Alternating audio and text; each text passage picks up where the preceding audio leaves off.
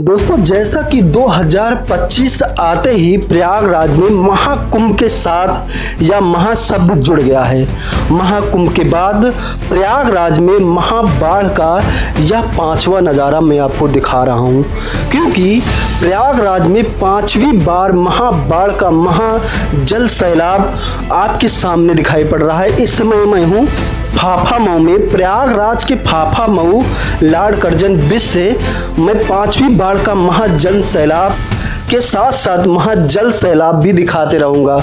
अभी आप देखें तो लॉर्ड कर्जन ब्रिज से सीधा मैं प्रतापगढ़ प्रयागराज वाले मार्ग का नज़ारा दिखा रहा हूँ, जहाँ पे जल स्तर काफ़ी ज़्यादा आ चुका है। इस 5वीं बाढ़ का यह माना जा रहा है कि यह अपनी चौथी बाढ़ का रिकॉर्ड तोड़ सकती है, क्योंकि प्रयागराज में बाढ़ अपना ही रिकॉर्ड बना रही है और तोड़ रही है।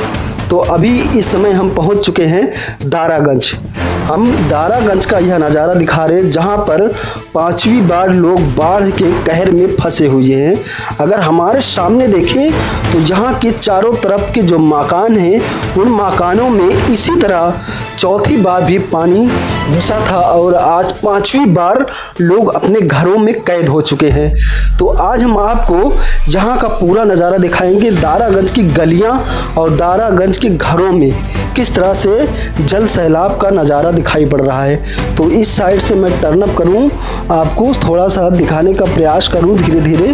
तो किस तरीके से अगर सामने देखें तो जो मकान दिखाई पड़ रहा है, उस मकान में भी जल का भयावह नज़ारा दिखाई पड़ रहा है। पूरा यह एरिया जो है दारागंज का, यह एरिया संगम में देखिए, ये पूरा संगम का एरिया है, जहाँ पर सेक्टर नंबर 9 वगैरह बने थे। दशाश्वमेध घाट की साइड यह मार्ग जो है वो जाता है। इस मार्ग से हम लोग दशाश्वमेध घाट का दर्शन करते थे महाकुंभ के दौरान, जो अभी 5वीं बार बाढ़ के महाजल सैलाब में डूब चुका है। इस तरह का कुछ नज़ारा है।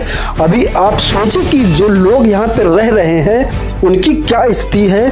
और इस वर्ष भाई 2025 में इसी तरह 5वीं बार बाढ़ का महाजल सैलाब दिखाई पड़ रहा है। तो यहाँ से ही मैं दिखाऊं तो आपको कुछ लोग हैं जो मस्ती करते हुए भी आपको यहाँ नज़र आ रहे हो, क्योंकि भाई जिनके घर डूबे हैं और जिनका जीवन अस्त व्यस्त हुआ है, उनके ऊपर क्या बीत रही है इनसे उनसे कुछ लेना देना नहीं है।